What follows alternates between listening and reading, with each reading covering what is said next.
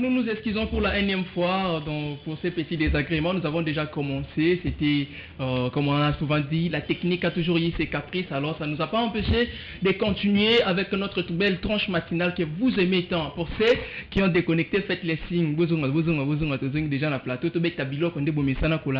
Et que ça l'a bien macassu. Pour le sujet d'aujourd'hui, nous allons parler de lien familial. Donc, lien familial, nous a sujet nabiso.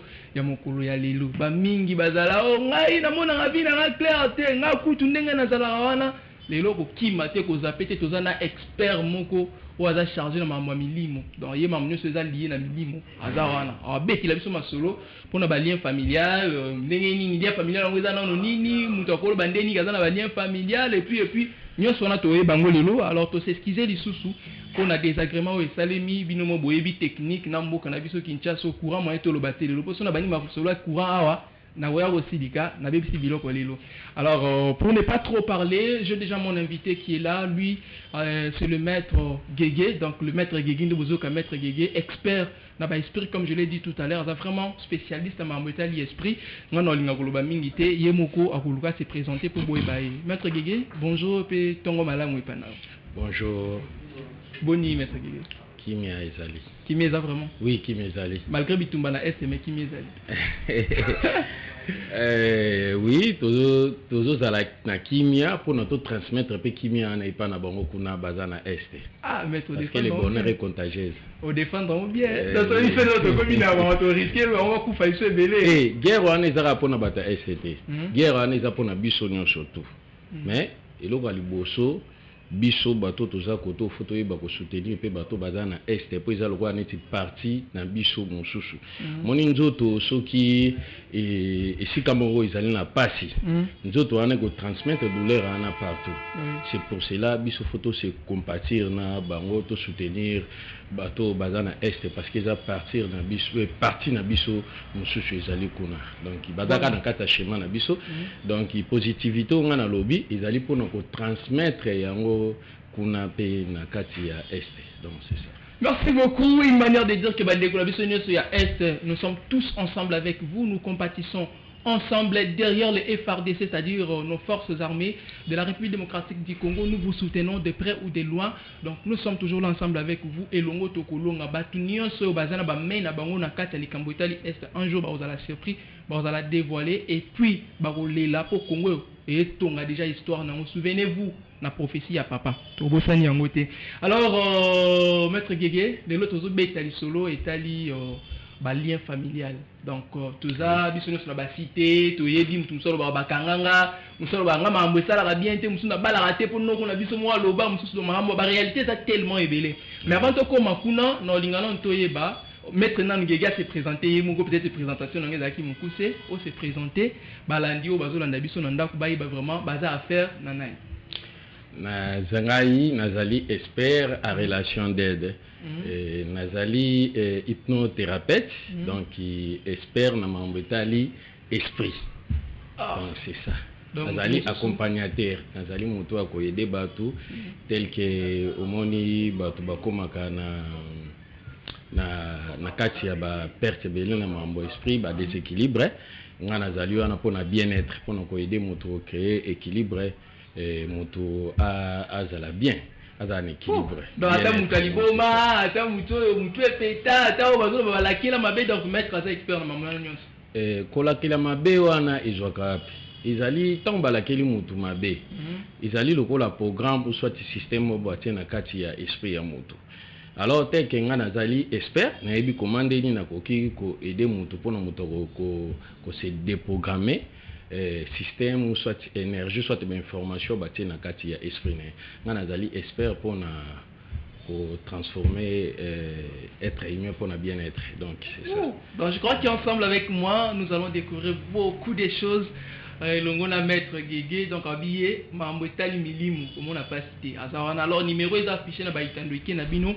Si vous voulez participer à cette belle tranche matinale, n'hésitez pas de nous contacter à ces numéros via appel normal ou SMS. Nous allons vous lire, vous passerez en direct. Ozana mituna maître aza déjà awa au tuna mituna na yo et ça là malamu makasi. Alors maître to banana likambo etali lien familial. Ce qui te zolo balika motali lien familial ngo penza ezalaka nini? Bon, lien familial les alliés transmission sur plusieurs générations. Il y a ba traumatisme et puis il y a ba stress post-traumatique. Nde yango wana ba bengi yango ba lien. Les alliés ba makambo soit ba choc, ba émotion oyo ba koko na biso soit ba ancêtre na biso. Ba ancêtre ya batu na chaque famille mambo bakutana nango ezali douloureux o bakoka ko digérer yango te soit ko trouver lango solution te makambo wana ba transmettre yango na ba génération mosusu o ezali koya. Donc ce qui nous comprendre c'est dans nango loko mutu ami lukeli te mais loko mutu aye ko kuta na famille ya zali. Oui. Donc la famille oyo a botami. Parce que na chaque famille ils ont mambo o batu ba vivaka mambo ba wanda kokutana nango ils ont ba drame ils ont ba détresse ils ont ba rejet ba abandon mambo belé o bango ba koka ko silisa yango to ko trouver lango solution te mambo banda kokutana nango ezaki douloureux oui banda ko traumatiser bango ba stress nyo surtout wana ba transmettre yango na ba génération suivante. Bon, alors on aura affaire avec un expert comme il a dit d'esprit. Alors, il explique déjà Nengeni ni mutu azalaka na lien familial. Alors maître tolingi toyeba mutu nani soit mutu akoki koyeba ndenge nini ki azana kati ya ba lien familial to mutu nani akoloba ki azana kati ya ba lien familial. Mutu soka lingi ayeba soki azana na ba lien familial normalement batiki la ramutu le la lettre était baroye biso qui était nous avons na ba lien familial ezali na oncle na moko boye akindara musala banda isimbaka te banda olongole na musala azalaka na nani na mwasi mo banda kolinga abanda kolinga ete mama leki na yo azaka na libala moko baboya kaye to banda boye na mabala ezana mutu moto yo tikelo lettre mo boya ndenge wana alors ba eba ngo uswa tokoza na mutu mo na kati ya famille o ayebi histoire ya famille aroye kobetela yo marambo o obetela o se retrouver au mona ke marambo o za ko se répéter na kati ya vie na yo iza ba répétition na kati ya vie na yo au mona ngo pe ebandaki ko salama na ba génération passée ou soit izali netinga etake expert na na ba question oyo na tuna ka batu soki mutu aye ko consulter ngai na ba question na otuna ye nde na koyeba ke mutu oyo azali kati ya ba lien familial mais soki mutu mususu alinga yeba yango na kopesa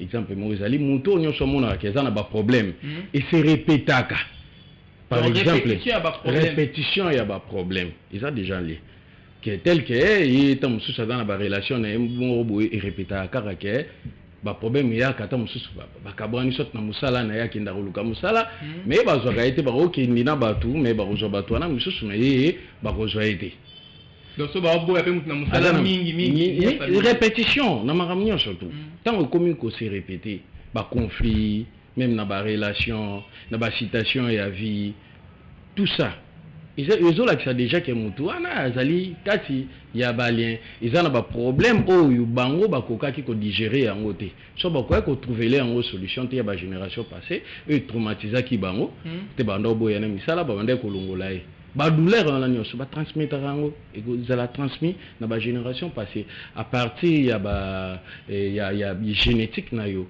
à partir ya ADN voilà. Donc on va transmettre à la génération passée, on va transmettre quelques informations. Donc on va continuer. On va aussi s'arrêter ma famille, ça la bonne, ça le la course. Bah qui m'a na bâton, oh qui m'attend ouais à limbi. A uzonga sani na pesi yango et mutu mususu. Nde mutu ana ba no ba problème ana. Tant ya sali effort te. Ya ko transformer ba lien wana te, traumatisme wana te. Alors on transmettre on peut lui chercher pas banana.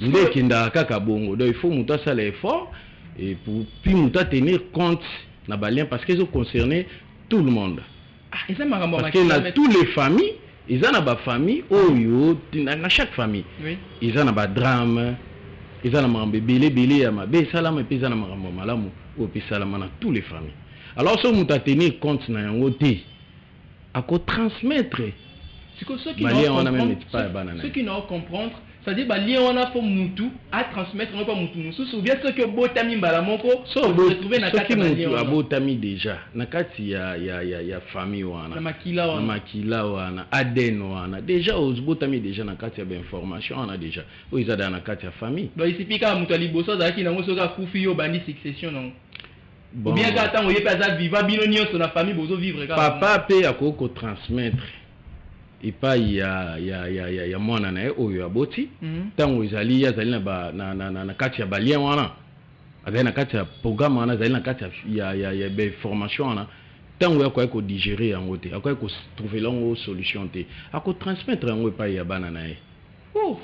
Donc, alors aujourd'hui on a à boire et à manger ici, ne vous inquiétez, le numéro est affiché au bas de vos écrans si vous aimeriez participer. Mais si vous avez bilo ko zobetama bien, ko déranger bisoté yoka landa bilo ko zobetama et puis na souka mettre au pesa ba coordonnées na nyonso numéro, ce qui fait adresse et ça la possible au pesa bino na souka po ba tonyo so ba na posa ba contacter au mona ono yo au mona bien té misuna mo ko ma mulili mo zo normal ma mo si maraté.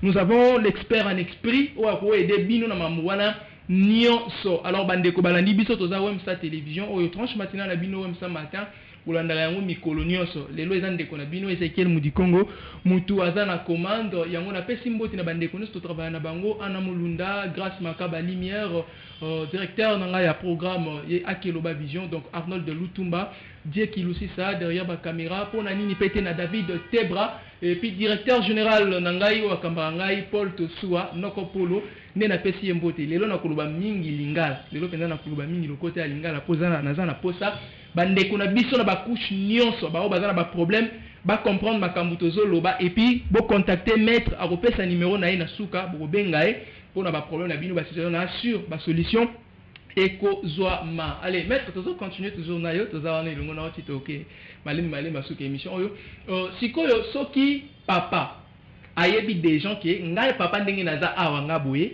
na botamaki na famille boye famille na biso eza boye naza na kati ya ba lien ya famille par exemple famille na bango ba lien nango eza kindumba par exemple parce que ça peut lien oui maître kindumba est-ce que eza lien famille te kindumba ba sala kindumba na donc kindumba mo ça c'est que batwala bango nyonso bazala ba ndumba bon ba kindumba ezali comportement eza ba comportement monsieur ezali ba lien familial monsieur soupé ou ezali transmis na kati ya environnement tel que bato tolobaka bandoki donc bato bana connaissance ezali spirituelle mais na bazo utiliser en forme moro négativement bakoki pe ko tia moto ba information mo bona kati ya corps na e moto ana komi moto ya bakwiti wow donc bakotia nde kotia bakoki ko tia pe moso spécial a transmis na génétique ya moto na kati ya ADN nde isali bon traumatisme wana stress post traumatique nde sali kete mutu wana koma mutu ya bakwiti ya mela kaka bakwiti donc so tali mingi bato bakenda mingi na marambo itali bakwiti wana komela kamela koma mutu bakwiti omona ke azana stress moko boye ya makasi nde epusaka bango bongo ba stress wana nde utaka partir ya balien nde créer marambo bongo moni ke mutu akeko batama na kati ya bakwiti yana banda komela mela oleke aluka ndeni na koyiko silisa ngo yake gobatama na kati ya bakuti vis-à-vis ya ba traumatisme ba choc azali ko kutana na hotel que ezo la répéter nde omona ka mutaki kuna ko batama kuna na kuiti ya masanga parce que azo se retrouver sur amoni ameli masanga alors voilà moni kaza bien azana kimia sur ameli masanga mais sur amelite vina emubulu oui c'est ça nde omoni bakenda ko batama bisika wana donc utaka na kati ya oizali balien pe ezali na bato mosusu tel que babengaka bandoki soit bato bazana connaissance ezali spirituelle nde bazali ko transmettre pe yango baza ko émettre mutu ba comportement ndinga na soit ba énergie mo ndinga na ndinga mutu akomi ko fonctionner bon parce que muta fonctionner lokola mutu azali na cassette somona lokola pareil ba te cassette mais formation na nde yango na nde appareil yana banda koyemba yango le raisonnement mutu comme bon donc ce mutu asali effort il y a ko transformer l'information ou positivement ou ba te panae alors a otikala kaka na forme on nde bato ba ya ko maneka ka mutu kolangola ngo masanga ye kaka kindumba donc utaka pe à partir ya balien musu spécial la pe transmis donc mutu yemo pe komi lukila na ba problème wana mutu yemo ga bo bisala tane mais mina ba problème wana bon bisala sala wana nyonso tu eutaka à partir ya pilote automatique automatisme donc il y a esprit ezali ba programme tel que ndé tozolo ba ezali ba lien parce que nous toi zali na ba lien azo vivre lokola na pilote automatique automatisme et esprit donc ça li somo maramu so ndé bato za rasali likambu apa komi ko kamwa yemoko oh na ebité lo ni tinda kingai mais à se retrouver na prison aromo lo ah na ebité ilo nini tinda kinga masali action mo ya mabe peut-être à fingaki à zokisaki par rapport au ba éviter le nini tinda ki donc pilote automatique wana ya balien wana ni mutesali isali c'est bon donc tant mutazana balien aza lokola na kati ya trans trans ordinaire ndezo salisa e ba bilo mwandengana auza la penda conscienté na ba acte mususu o ya zali kosala.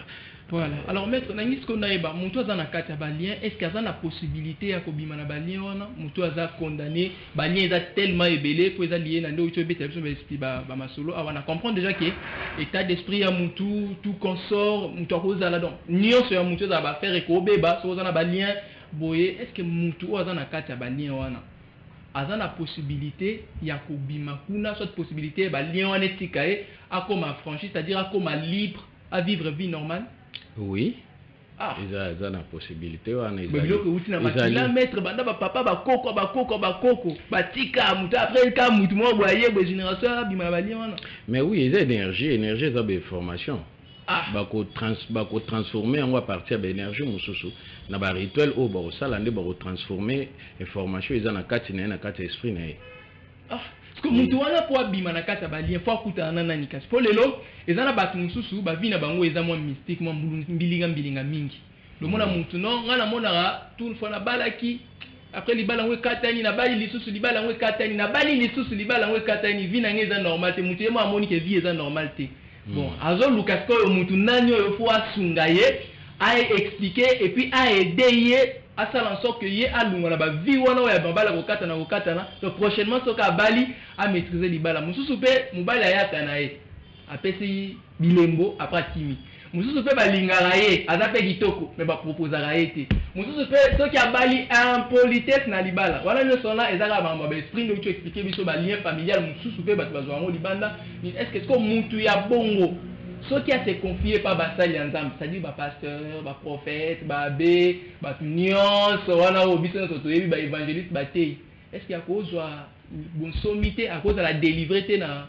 ba lien wana mettre faut ka pousse n'est pas mutu mususu ala bien maman ba lien bon aux Congolais, oui, que pasteur Bazali, banani Bazali, oui, naebi ba pasteur Bazali, mais ba pasteur Bazali expert na kati ya ba domaine oyo na domaine oyo ya esprit. Oh mais bon va solo lamba mon nzambe.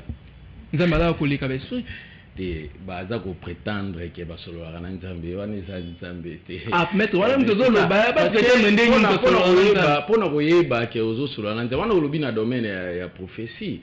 Ozomona ko solo la wana mutu mususu parce que prophétie biso nyonso tout tozwaka ba prophétie tozwaka ba message biso nyonso prophétie za perception extrasensorielle donc ça dit quoi ezali ba information oyo batu bazwaka à partir ya ba être mususu tel que ba esprit nyonso dokolo ba ange ba démon et puis entre biso na biso pe ba tout aussi transmettre ba information alors mutu oyo perception extrasensorielle na ezali ko fonctionner pour na ba technique oui ça la que perception extrasensorielle a mutu banda ko fonctionner donc ça ba sens mususu oui ça au-delà ba sens na biso tel que ndeto yoka ka to monaka to zali koyoka solo touchant nyonso to wana mais ça na ba sens mususu où ils allaient subtil tel que nous mona kabongo sokolali est-ce que mona na misu nous allons comme on na misu nous allons comme ça tous en bas sens mususu où ils allaient tel que toyo kaka to mona alors c'est quoi tel que mon tout temps azali expert na mambo esprit tant ba message en ezali ko komela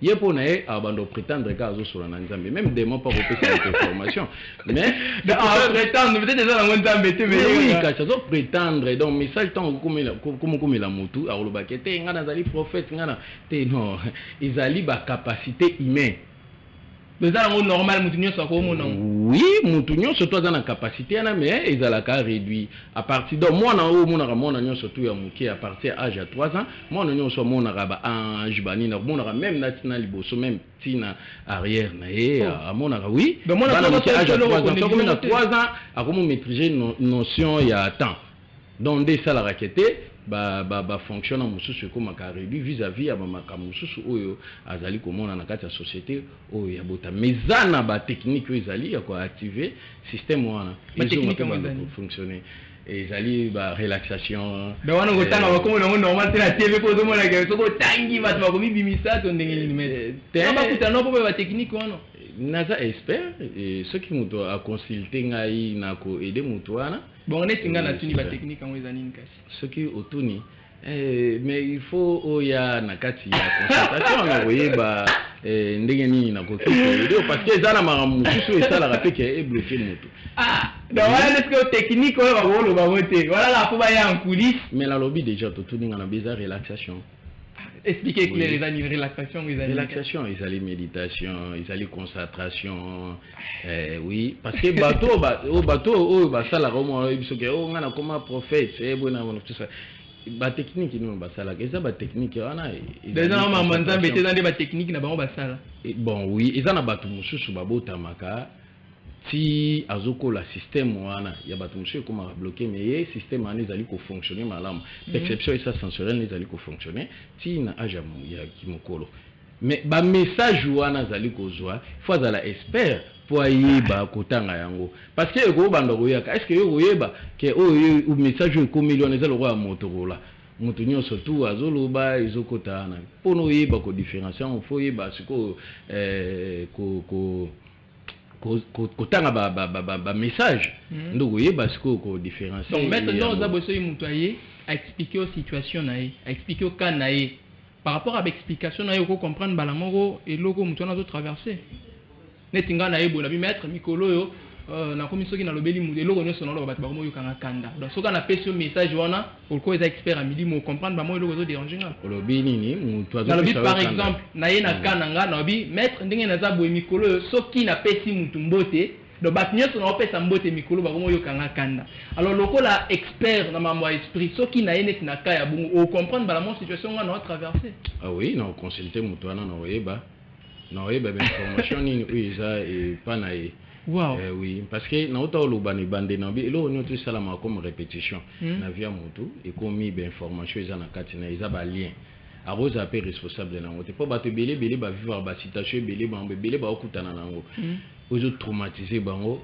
ba mona ndenge nini ba ko salate mingi izara bango baza ba responsable ya makambo wana te izara makambo mususu bango bat ba bien ngote yete mutaza responsable na ngote azo vivre pe propre vie na ye mon côté donc vivre vie ba imposer été donc vie eza yete o ye donc bat mususu eza ba information ezali transmission donc ba information na ndem muto transmis OK yango ndem muto eza la vivre générationnel nde yango ndi usalaki ya bando vivre bongo donc eza le message moko boyo batikeli yo faut que trouver lango solution tandis que yo trouver lango solution te au ko transmettre yango même été c'est kabana na bana na pe ba vivre kabana est-ce que bisiko za penda mettre babi ke maramu nyonso penda e vandikati na yo ko sunga bat bisika pendo za libatu babi ke nde ozano za penda li musungi ya munene chacun fait sa part hein yo pe oza musano sala ngape na musana ngana za liko sala donc c'est ça mais mamozo ba awa ba milimo ba nyingi zo sala ba ndenge mo batu lelo batu mingi lelo ba olela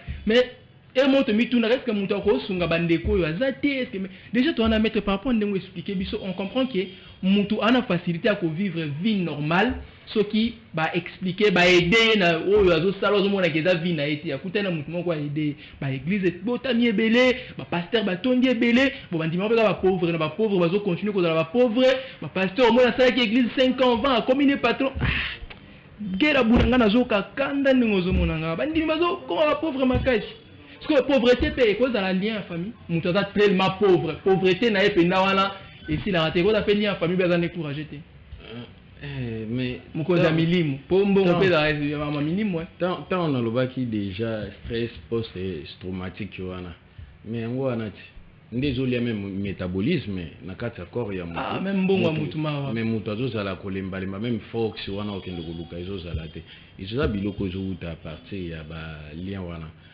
ozomona. D'accord maître tope miso mukie tozwa rubrique na biso ya wemsa biographie tozwa rubrique wana pour na 4 à 30 jours tozala na ba rubrique tozwa lelo wemsa biographie nde tozo qui na rubrique anniversaire. Alors on prend déjà la rubrique wemsa biographie. Si la régie est prête, on va nous balancer cette merveilleuse rubrique. Aujourd'hui nous avons choisi de parler d'une personne, d'un prophète de la République démocratique du Congo que vous allez découvrir ensemble avec nous. Si on est prêt, on prend la transition et se retrouve dans quelques minutes.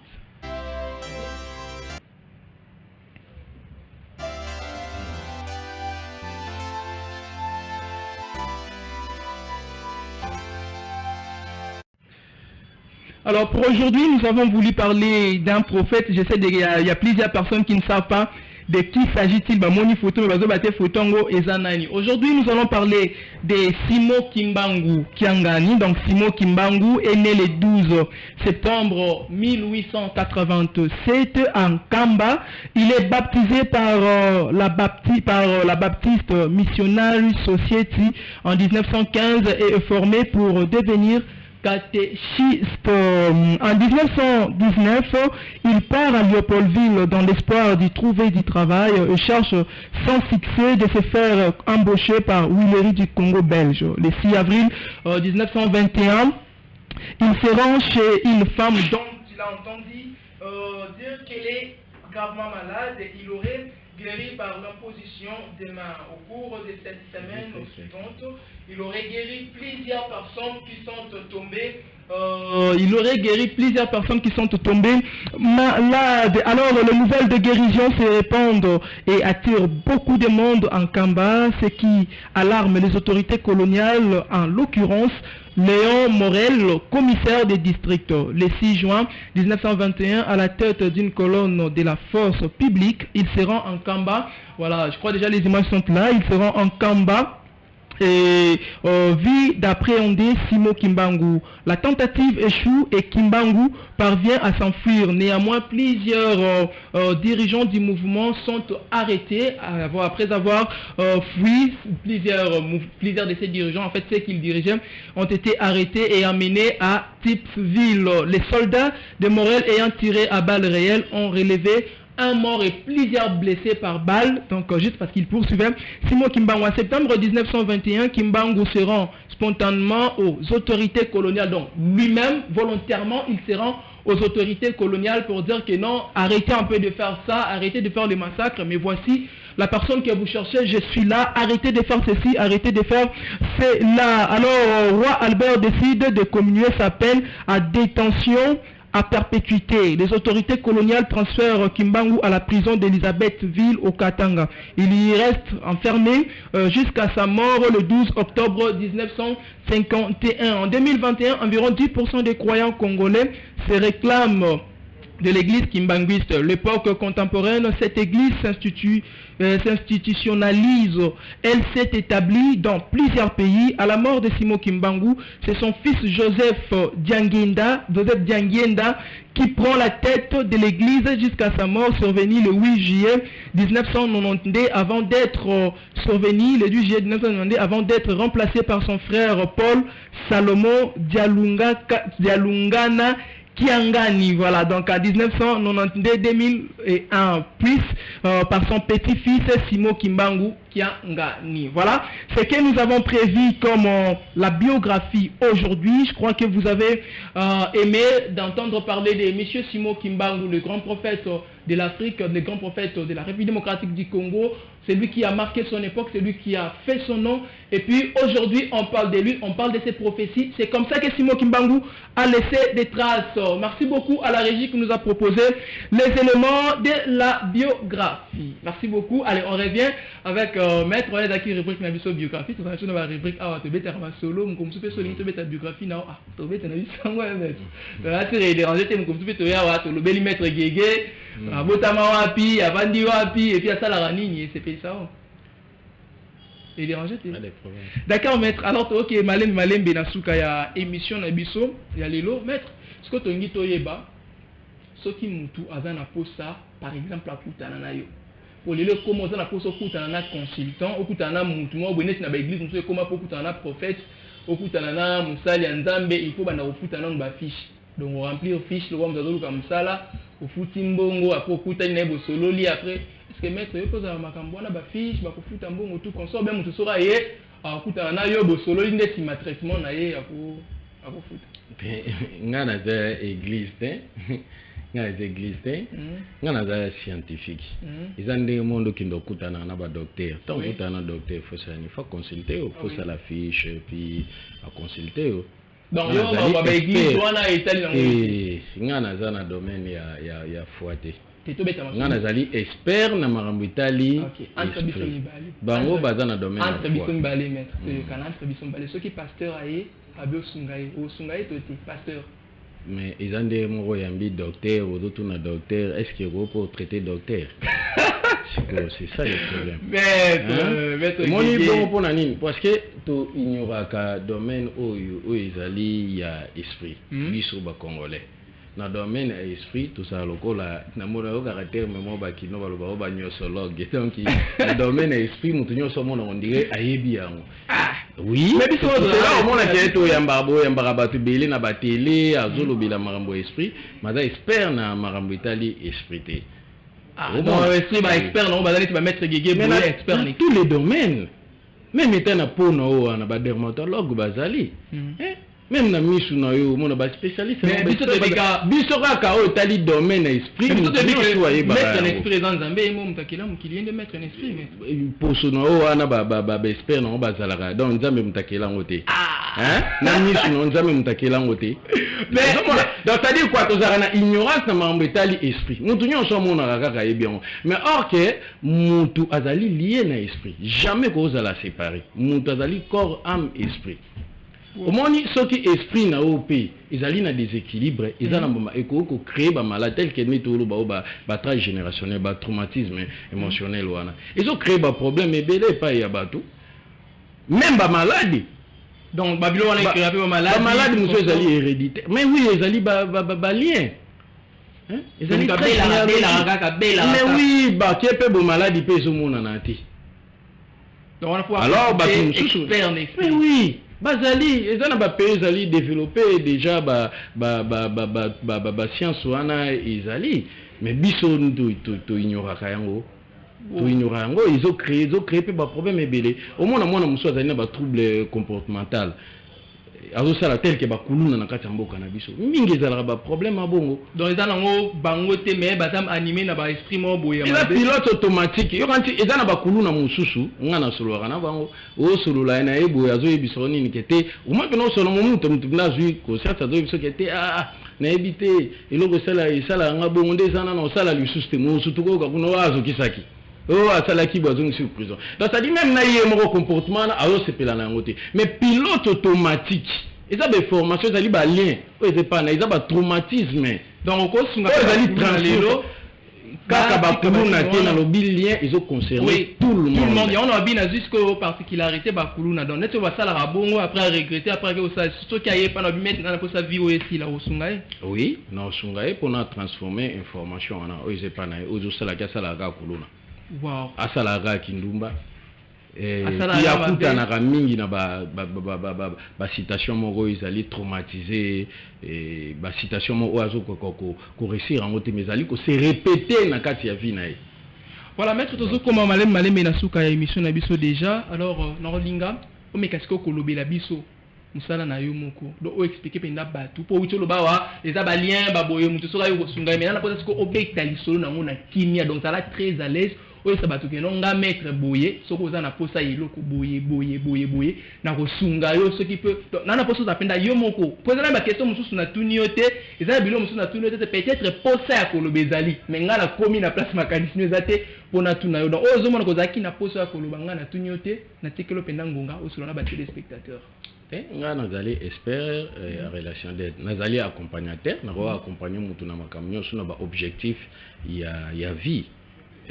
Na technicien na marambo ya esprit et puis na ko aider mutu na transformation ya ba programme ils ont ba comportement mususu o mutu asalaka pilote automatique ndé mutezo salissé bablo kwa bongo azape na besoin atika yango mais akotika yango te mais so solone oyebi ke ata mutu muna amelaka masanga langwaka bato bokondanaka ye mais so ofandi na ye bomona ozoloba ke nga fona tika masanga eza mabe mosusu kaka azokende continue donc ça dit quoi eza bainformation ezepana eza balien oyo ezepana ye nde ezopousse asala biloko ya bongo songo nga nazali expert wana mpona koyede mutu na mutu ayeba ndenge nini ya kozwa badécision epuis mutu ayeba ndenge nini ya kose transformer vis-à-vis ya makambo ezalaka répétition na kati ya vie na ye donc c'est ça. Alors maître ozana centre na yo ozana bisika na yo salaka obe babenga oka na téléphone pour bakutana na yo oui centre ezali mais eloko ezali important ezali contact d'abord. Ce qui m'a contacté ngai aoyeba esika centre ezali donc pour ba yeba bisika centre ezali faut ba benga on a te pour kolo bango faut ba contacter pour mutu mususu aona na téléphone te maintenant parce que kitaramba mo sur le terrain mais yo linga ba benga mais il faut tout ça le rendez-vous au kitandenge nini ka bon il faut tout ça le rendez-vous surtout kutana na mutu il faut rendez-vous ko kutana mutu il faut la rendez-vous yoko bima bongo te soki siko ngana zaki na ba patient mususu esika wana oyo ngana za consulter yo bimika mbala mo bongo no yamba ote parce que tozaki na programme te. Alors maître azana ba élève mususu pour pas biso le long Afrique tozana problème ce que moni mutabandi eloko neti ngabwe chance na zwingolu papa Paul tosu abandi na sima papa Paul tosu abiso ba musubi yo tobimi tozana continuer na domaine ya média mais na Congo soit na Afrique tozana défaut wana soki mutabandi eloko et que mutu wana esali un jour poto otika na mabanga te un jour to kufa biso nyonso mutu wana abandaki eloko azali soute eloko ne pe suki wana est-ce que maître azu ba mesure préventive pour soki azate ba tu succession na yezala do ba musu ba continuer ko sala musalo ya sala est-ce que ozana ba disciple oyo forma déjà na musala wana to ozana ngabi moko bazali oui bazali maître vous assure oui bazali soki to kiti na terrain na caméra na biso to tuna ba disciple ba ozala oui bazali ebele baza pe mususu déjà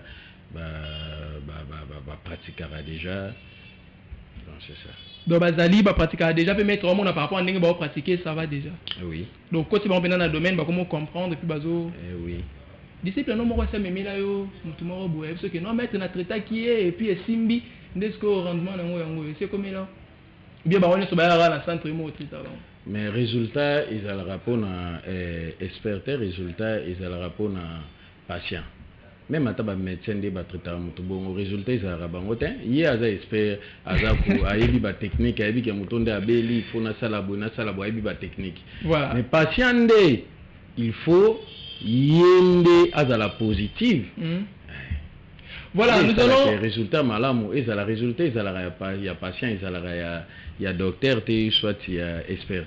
Merci maître. Alors tu as rubrique même ça suka rubrique anniversaire de Torozo on pas na yo au pesa moi mon na yo ya suka ma salutation et puis au pesa na ba contact na yo pour na ba signer sur ba olinga ko benga. Si la régie est prête, nous allons prendre la rubrique Wemsa anniversaire pour dire joyeux anniversaire à toutes les personnes qui fêtent leur jour de naissance aujourd'hui. Ça serait comme ça qu'on va finir avec cette tranche matinale d'aujourd'hui. La régie, nous vous demandons la rubrique anniversaire et on se retrouve dans quelques secondes.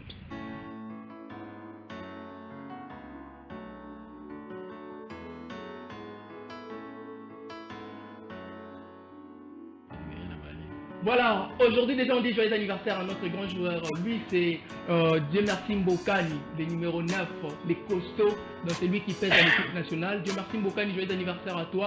À chaque fois il est dans les terrains, il fait toujours des exploits. Donc Dieu merci. Plein de bonnes choses que l'éternel Dieu qui nous a donné un grand temps comme ça. Te donne ce que tu les plus. On va passer à l'autre anniversaire. On dit joyeux anniversaire déjà comme ça à Eve Lampa. Donc Eve Lampa qui nous suit depuis quelque part. C'est de la part de tonton Médard, tonton Chac Médariste. Joyeux anniversaire à toi, Eve Lampa. Plein de bonnes choses que cette année de plus t'apporte le bonheur. On passe comme ça à notre dernier anniversaire. Elle, c'est une actrice ghanéenne qui est tellement connue. On l'a souvent connue sous le nom de Beyoncé. Voilà, elle est là avec tous les acteurs du monde. On dit joyeux anniversaire à Nadia Boari. C'est son vrai nom, Nadia Boari. Donc, elle fête pour son anniversaire aujourd'hui. Elle est devenue la grandie. Hein. Voilà, elle est là. Joyeux anniversaire à elle pour tous les fans. Elles se sont retrouvées. Je crois que c'est ce qui marque la fin de notre rubrique anniversaire. Voilà, merci beaucoup. C'était tous les anniversaires que nous avons prévus pour vous aujourd'hui. Je crois que vous avez aimé. Nous vous avons aujourd'hui, si vous fêtez vos anniversaires, un jour avant, envoyez-nous vos photos à ces numéros que vous voyez défiler au bord de vos écrans. Nous allons les diffuser les jours suivants. Et ne manquez pas non plus de nous faire les vidéos de Wemsa. Bonjour maître. Et ça, nous avons tout noté. Tout namoro na tunyote iso déjà et ça dans le monde ba bête solo pour de comme na souke très dans la mutuna na tunite dans la poso lo beloko monko nga na tunite lo bimba mo mettre te o tuni na de chaba question ba question nyonso ni ngoro répondre ko monyo kuza mituna musoro tuna ngo tuni nga na pour répondre to comme les na souke ah OK. Alors maître to lingato parce que le contact ce mutaza na posa kutana na yo il faut ça la nini ba numéro de téléphone et ça là vraiment bien. So mutalinga kutana nga rubenga na numéro nanga plus 243 89 920 3700 plus 243 le bon on a malembe maître plus 243 89 920 3700 donc ce que bengi kaka numéro wana WhatsApp numéro appel normal pour donc on a même numéro wana voilà merci beaucoup maître n'habitez bambote na batunya subalandio na sur na base no mobimba ba zela maître assisté émission parce que to zela bo akadiso donc mabanga la batunya subalandio et puis ba remerciement et ça l'a bien vraiment ba to bazale belé vraiment yo pona moi ndamu tenenga ina journal elo mbote Jonathan et na pesi papa Mala Ibrahim Ochudi Mbote na pesi papa Youssouf papa Issa Ngongo papa nanga et puis na pesi bato nyonso ba ebinga Mbote maître Ikele et puis Makoma vraiment bato baleke belé Eva Isiaka Michel Kitenge na Belgique voilà. Toningingi na France na pesi bato nyonso ba ebinga Mbote. Merci beaucoup maître. Wana Eliko marqué fin à tranche na biso lelo. Alors moi de mon côté aussi je salue mon ami Jean Lungoudi qui a disposé son temps pour nous suivre. Jean Lungoudi, donc merci beaucoup. Je salue mon frère Gloria Moana Fioti qui m'a suivi donc depuis quelque part. Mon frère, je suis très ravi de t'écouter et de savoir que tu m'as suivi. Pourquoi pas mon jumeau Enoch Jenik Sembwengo, je te salue. Je ne manque pas non plus de saluer ma jumelle Gabriela Ntumba, la grande couturière, hein? Donc Solingi Batongelo bilama na ndenga bien tani abui. Et ça l'a bien. Et je dis pour clore aujourd'hui un grand merci à toute l'équipe technique qui m'a accompagné, commençant par le directeur général Paul Tosoua, déjà après moi ici, c'est lui qui viendra avec Bakino Balobi, messieurs Akeloba Vision Arnold de Lutumba, merci beaucoup pour le travail, merci à tous les caméramans, merci à toute la grande équipe qui m'a accompagné et je dis un très grand merci à ma conseillère privée, elle c'est Brinette Nkwaya Matondo, Queen Base, donc je l'ai dit, merci. Maître, au côté ça c'est une France, ça ne dérange pas. Ok. Alors, je salue aussi Maître Tipi, c'est ça, oui, Maître Tipi, qui nous suit depuis quelque part, Maître Tipi. Voilà, c'est de la part de Maître Guigué, donc on appelle sur Mbote. On est ensemble. Brinette Nkwaya Matondo, merci beaucoup pour les conseils, merci pour tout. On est ensemble, Queen Base. On se retrouve prochainement pour un nouveau numéro de Wem ce matin. Portez-vous bien, mais ne zappez pas, car après nous, Bakino Balobi, beaucoup bête à Bilo Kolongo, n'a déjà Paul Tosoua.